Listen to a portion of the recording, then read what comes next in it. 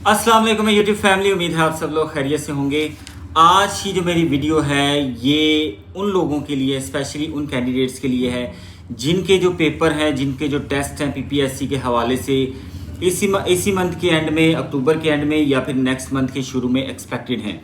यानी कि sub inspector police का पेपर है, इसके अलावा labour officer, junior clerk, police का पेपर और असिस्टेंट पैसी, ये तमाम जो पेपर हैं, ये जो चारों पेपर हैं, ये एक्सपेक्टेड हैं अक्टूबर के एंड में या फिर नेक्स्ट मंथ में ये शिफ्ट हो जाएंगे। तो आपके पास ज़्यादा से ज़्यादा भी टाइम जो है वो 1 से 1.5 माह का टाइम है इन सब की तैयारी के लिए।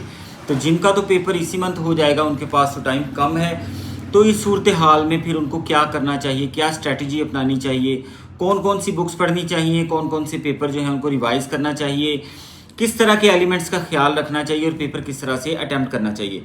तो ये सारी चीज़ें इंशाल्लाह इसी वीडियो के अंदर मैं आपके साथ डिस्कस करूंगा। मेरे साथ रहिएगा, लेकिन काइंडली चैनल सबसे पहले सब्सक्राइब ज़रूर कीजिएगा। और चलें जी, स्टार्ट करते हैं बगैर किसी डिले के। सबसे पहले आगाज़ करते हैं सब इंस्पेक्टर के हवाले से। सब इंस्पेक्टर के हवाले से एक चीज़ जो सुनने में आ रही थी कि इसके एज लिमिट का जो है वो इशू आ रहा है। बहुत सारे कैंडिडेट्स जो हैं वो कोर्ट जा रहे हैं, हाई कोर्ट जा रहे हैं, वहाँ पे उन्होंने रिट की हुई थी, रिट पिटीशन अपनी दायर की हुई थी और उसका जो नताइज है, उसका क्या आउटकम आया, तो वो भी आपके साथ शेयर करता चलूँ कि तकरीबन 35 से 36 जो अफराद थे उन लोगों ने हाई कोर्ट के अंदर एक प्ली पिटीशन जो थी वो दायर की हुई थी। और उसका जो फैसला अभी तक तो यही हुआ है कि दोनों पार्टीज जो थी, पीपीएससी भी और आईजी ऑफिस की जानिब से भी कोई रिप्रेजेंटेटिव नहीं आया कोर्ट में। तो अदालत ने प्रोविजनली एलिजिबल कर दिया उन लोगों को जो कि पिटीशन लेकर आए थे। तो ये जो रूल है ये तमाम लोगों पे अप्लाई नहीं होता, सिर्फ उन लोगों पे अप्लाई होगा जो कि हाई कोर्ट में जाएंगे। तो इस हवाले से मज़ीद जो फर्दर डेवलपमेंट होगी इंशाल्लाह फिर उसके हवाले से मैं आपको आगाह करता रहूँगा। अब बात करते हैं कि सब इंस्पेक्टर जिन लोगों ने अप्लाई किया हुआ है, जो एज ग्रुप 20 to 25 में फॉल करते हैं और कल इसकी लास्ट डेट थी। अब इस हवाले से कैसे प्रिपरेशन होनी चाहिए। पेपर का जो सिलेबस है वो बहुत डिफरेंट है। मतलब अभी तक इस तरह का पेपर जो है वो बड़े कम आए हैं पीपीएससी के अंदर जिनका ये सिलेबस हो कि 40 नंबर की इंग्लिश है आपके पास, 40 मार्क्स का ही आपके पास कंप्यूटर साइंस है और उसके बाद 20 मार्क्स का आपके पास जीके है। तो इस हवाले से किस तरह से तैयारी की जाए और पेपर कैसा होगा, किस किस्म की जो है उसके अंदर ऑब्जेक्टिव्स आएंगी, तो ये कैसे आप इसको शुरू करेंगे। तो बहुत बड़ा ये क्वेश्चन मार्क है उन लोगों के लिए, ख़ास तौर पे जो अकेडमीज़ में नहीं जा रही है, जिनके पास कोई इस तरह के रिसोर्सेज नहीं है। तो आपको बताता चलूँ कि सबसे पहले आप लोग टारगेट करें जो मेन पोर्शन हैं इस पेपर के अंदर। मैं ख़ास तौर पे सब इंस्पेक्टर के पेपर की बात कर रहा हूँ कि इसके अंदर जो मेन पोर्शन हैं वो हैं आपके पास कंप्यूटर साइंस और इंग्लिश का। सबसे पहले 80 मार्क्स जो हैं इनको टारगेट करें। जो लोग इस टेस्ट में अपीयर हो रहे हैं मोस्ट ऑफ द टाइम उनको कोई 10-12 नंबर का जीके आता ही होगा। कुछ लोग जो हैं वो बहुत कुछ अटैम्प्ट्स ले चुके होंगे पीछे, कुछ पेपर्स में वो जा चुके होंगे और उनके जो स्कोर है जीके में 60 to 65 होगा। तो उनके लिए तो आसानी होगी जीके को कवर करने के लिए। लेकिन आपका फोकस जो है इस टाइम पे कंप्यूटर और इंग्लिश होना चाहिए। कंप्यूटर के लिए आपने क्या करना है, इसको कैसे क्रैक करना है, इसको कैसे आपने अटैम्प्ट करना है पेपर के अंदर। तो जी आज तक पीपीएससी के अंदर जितने भी पेपर हो चुके हैं डाटा एंट्री ऑपरेटर के पेपर, ये बड़ी याद रखिएगा, डाटा एंट्री ऑपरेटर के पेपर्स के अंदर खालिसतन आपसे कंप्यूटर साइंस के सवाल पूछे जाते हैं, बेसिक कंप्यूटर के पूछे जाते हैं। इसके अंदर एमएस वर्ड है, इसके अंदर आपके पास पावर पॉइंट आ जाता है और एक्सेल के बारे में सारी इन्फॉर्मेशन और कंप्यूटर हार्डवेयर सॉफ्टवेयर के हवाले से क्वेश्चंस पूछे जाते हैं और कंप्यूटर की डेवलपमेंट के हवाले से भी इसमें क्वेश्चंस आते हैं। तो बहुत सारे जो पेपर हैं वो तो मैंने पॉइंट आउट किए हुए हैं। अगर आपके पास जो बुक है एडवांस की, मैंने पहले भी बताया था कि एडवांस की बुक जो है वो ए मस्ट है आपके लोगों के लिए कि वो आपने करनी ही करनी है। इसमें कौन कौन से साल में पेपर आए हैं मैं आपको बता दूं। मज़ीद अगर आपको पेपर मिलते हैं तो वो भी आप उनसे कंसल्ट कर लें। तो 2025, 2022, 2020, 17, 2016 में 2 पेपर हुए थे डाटा एंट्री के और 2015। ये तमाम जो साल हैं, इनसे पहले भी डाटा एंट्री ऑपरेटर के पेपर होते रहे हैं, लेकिन ये कम अज़ कम इन ईयर्स के जो डाटा एंट्री ऑपरेटर के पेपर्स हैं जिनके अंदर कंप्यूटर का जो मेजर पोर्शन था, बाद में 80 नंबर का, बाद में 100 नंबर का, तो ये सारे आपने कंसल्ट करने हैं। इनसे आपको क्लियर हो जाएगा कि पीपीएससी के पास डाटा बैंक किस टाइप का है कंप्यूटर के हवाले से। इसके बाद बात करते हैं कि इंग्लिश का पोर्शन किस तरह का हुआ। इंग्लिश के हवाले से मैं आपको बता दूं, बहुत बड़ा हिंट आपको देने जा रहा हूं। नायब तहसीलदार और तहसीलदार के जो पास में पेपर हुए थे 2021 में पेपर हुआ था तहसीलदार का, morning and evening session, English का पेपर कंडक्ट किया गया था। ये 200 नंबर की इंग्लिश थी। उसके बाद नायब तहसीलदार का पेपर 2022 में हुआ, इसमें भी इंग्लिश थी, टोटल इंग्लिश थी। तो ये जो 4 पेपर आपके पास होंगे तहसीलदार और नायब तहसीलदार के, मैंने आपको ईयर्स भी बता दिए 2021 और 22 में। ये पेपर आपने अच्छी तरह से खंगालने, ये पेपर अच्छी तरह से आपने कंसल्ट करने। टोटल जो इंग्लिश आएगी सब इंस्पेक्टर में, वो इन्हीं पेपर्स पर बेस करती हुई आएगी। मैं बिल्कुल ये नहीं कह रहा कि आप डाटा एंट्री ऑपरेटर या इंग्लिश वाला जो पोर्शन है, इंग्लिश वाला जो पेपर है नायब तहसीलदार और तहसीलदार का, वो कर लें तो पास हो जाएंगे, ऐसा नहीं होगा। लेकिन आपको बहुत बड़ा जो है हिंट मिल जाएगा, आपको समझ आ जाएगी कि इस पैटर्न पर, इस डेटा बैंक के हिसाब से पीपीएससी आपसे सब इंस्पेक्टर का पेपर कंडक्ट करने जा रहा है। अच्छा जी, ये तो 2 पोर्शन हो गए। इसके अलावा बहुत वसी है कंप्यूटर और इंग्लिश भी। कम से कम बेसिक टेंसेस आपको पता होने चाहिए, पार्ट्स ऑफ स्पीच। इसके अलावा आपको डायरेक्ट इनडायरेक्ट, एक्टिव पैसिव और एंटोनिम सिनोनिम, ऑलमोस्ट जितने भी रिपीट हुए हैं पास पेपर्स के अंदर एडवांस में, उनको हाईलाइट करें। कम से कम 100 to 150 पेपर्स के आपको एंटोनिम सिनोनिम्स जो है ना, वो आप बिल्कुल सेपरेट कर लें, एक अलग से नोटबुक में लिख लें और उनको रिवाइज करें। उनके डिफरेंट मीनिंग्स जो हैं इंग्लिश में और उर्दू में, मीनिंग के साथ उनको रिवाइज करें।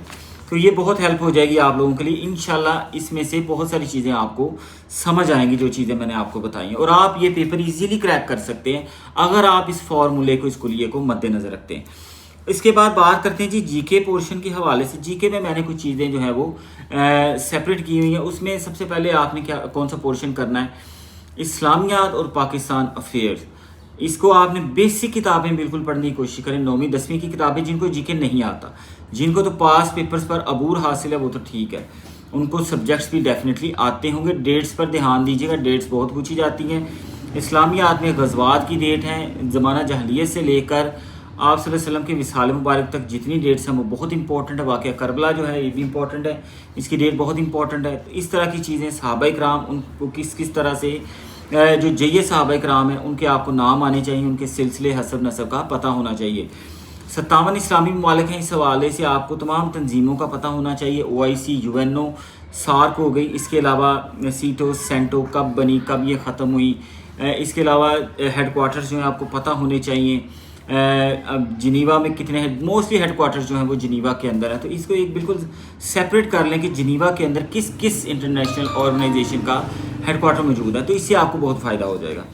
इसके बाद आपने जीके के पोर्शन में क्या करना है, कंट्रीज़, कुछ कंट्रीज़ हैं उन पर बहुत फोकस करना है, जैसे Russia, Pakistan, China, India, France, UK, USA, Japan और कोरिया वगैरह। इस तरह की कंट्री जो नॉर्थ कोरिया और ईरान के हवाले से आपके पास बहुत सारी इन्फॉर्मेशन होनी चाहिए। रिसेंटली एक कंट्री मिस कर रहा हूँ मैं, इसराइल और साथ में फ़लस्तीन, ये 2 कंट्रीज़ में मिस कर रहा था। तो ये भी आपको इन कंट्रीज़ के हवाले से सारी इन्फॉर्मेशन होनी चाहिए, इनके हेड्स, प्राइम मिनिस्टर, रिसेंट जो वॉर्स हुई हैं इनके हवाले से। इसके अलावा states, base, gulfs, ocean, river, currencies, Capitals, ये सारी चीज़ें भी रिवाइज़ कीजिएगा।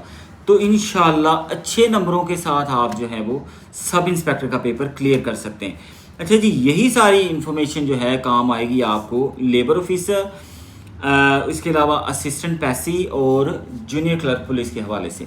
अच्छा, इन 3 पोस्ट के लिए एक तो ये सारी चीज़ें जो मैंने सब इंस्पेक्टर के लिए बताई हैं ये आप भी करें, और दूसरे नंबर पर आपने क्या करना है, जितने भी 16 ग्रेड के पेपर्स हैं, सब इंस्पेक्टर, लेबर ऑफिसर, इसके अलावा असिस्टेंट पैसी और जूनियर क्लर्क पुलिस, जितने भी 16 ग्रेड तक के पेपर हैं ये आपने करने की कोशिश करनी है। और एक पैटर्न मैंने अपनी लास्ट वीडियो में बताया है कि आपने एटलीस्ट रोज़ाना के 2 पेपर, एक सुबह एक शाम, इसको आपने बिल्कुल एक ड्यूटी समझकर आपने इसमें 3 मार्कर्स का इस्तेमाल करके आपने रेड, ग्रीन एंड ब्लू, इनका इस्तेमाल करके आपने ये पेपर्स अटैम्प्ट करने और अपने आप को मार्क्स देने हैं। और ये देखना है कि कितने आपको जो कंफर्म आते थे वो बिल्कुल ठीक हुए हैं, कितने 50-50 वाले ठीक हुए हैं, कितने आपने तुक्के लगाए और उनमें से ठीक हो रहे हैं। इससे आपको कम से कम 20, 30, 40 दिनों के बाद ये अंदाज़ा हो जाएगा कि क्या आपको बिल्कुल ऐसा तुक्के की तरफ जाना चाहिए जिसका आपको बिल्कुल पता ही नहीं है, और क्या आपको किस किस्म के या कितने ऑब्जेक्टिव जो है वो अटैम्प्ट करने चाहिए। तो ये सारा जो प्रोसीजर है ना आपको इस सब में अप्लाई करना है। अच्छा जी, पेपर पैटर्न के हवाले से बता दूं, क्या पेपर डिफ़िकल्ट होंगे या आसान होंगे। जिन लोगों की तो प्रैक्टिस है पीछे पेपर देने की, जिन्होंने 12, 15, 20 पेपर दिए हुए हैं उनके लिए इतना ज़्यादा टफ लेवल नहीं है। लेबर ऑफिसर का मेरिट बहुत हाई होगा, हमेशा ही होता है। असिस्टेंट पैसी का मेरिट भी हाई होगा, 70+ दोनों का होगा। जूनियर क्लर्क का मेरिट निस्बतन कम होगा, 60 to 65 हो सकता है। सब इंस्पेक्टर का मेरिट डिफरेंट रीजन्स के हवाले से होगा। सबसे ज़्यादा मेरिट लाहौर में होता है या उसके बाद गुजरांवाला में, इसके बाद फिर जो आपका साउथ का रीजन आ जाता है, इन साइडों पे जो मेरिट है वो कम होता है निस्बतन। तो लेकिन आपने इस तरफ ध्यान बिल्कुल नहीं देना कि मेरिट क्या बन रहा है, कम बन रहा है या ज़्यादा बन रहा है। आपने अपनी तैयारी की तरफ फोकस करना है। तो ये था जी पेपर के हवाले से कि पेपर को आपने किस तरह से क्रैक करना है। और कोई भी आपके सब्जेक्ट से रिलेटेड पुलिस लॉज के हवाले से या लेबर लॉज के हवाले से या पैसे के हवाले से कोई क्वेश्चन नहीं आएगा। करंट अफेयर्स के क्वेश्चन बहुत कम होते हैं, 2 या 3 होते हैं, वो जनरली सबको आते ही हैं। और अगर नहीं भी आते तो आपने कहाँ से तैयारी करनी है करंट अफेयर्स की, तो मुख्तलिफ जो वेबसाइट्स हैं वहाँ पे आप वहाँ से करंट अफेयर्स की तैयारी कर सकते हैं। अच्छा जी, एक दोस्त ने क्वेश्चन पूछा हुआ था कि सर आप अपने सेशन के हवाले से जो तैयारी है उसके हवाले से डिटेल प्रोवाइड करें। तो जी मैं आपको बताता चलो, ऑनलाइन सेशन का आगाज़ फ़िलहाल मैंने नहीं किया, बट अगर लेकिन 20 to 25 स्टूडेंट्स मेरे पास हो जाते हैं ऑनलाइन सेशन के लिए, तो फिर मैं सब इंस्पेक्टर और इन 3 बाकी पोस्ट के लिए इसका आगाज़ कर सकता हूँ। इंशाल्लाह you will feel the difference अगर मैं ये कंटिन्यू करता हूँ सेशन को। अगर ये सेशन कंप्लीट होता है तो आपको अंदाज़ा हो जाएगा कि गवर्नमेंट जॉब इंशाल्लाह आपसे दूर नहीं होगी, ये मैं आपको गारंटी दे सकता हूँ। लेकिन अगर मैं इस सूरत हाल में कि मुझे 20 से 25 स्टूडेंट यहाँ से ऑनलाइन मैसर आते हैं, मिलते हैं, और जो काम करने वाले हों, जो मेहनत करने वाले हों, जो कमिटेड हों, तो ही ये काम किया जा सकता है। इस वीडियो के साथ मैं डिस्क्रिप्शन में अपना नंबर भी दे दूंगा, जिसमें कांटेक्ट करना हो सिर्फ मुझे व्हाट्सएप मैसेज करेगा। कॉल अटेंड नहीं की जाएगी, ओनली व्हाट्सएप मैसेज पे अपना नाम, अपने शहर का नाम और डिटेल लिखनी है, और ये भी आपने बताना है कि इफ़ यू आर इंटरेस्टेड।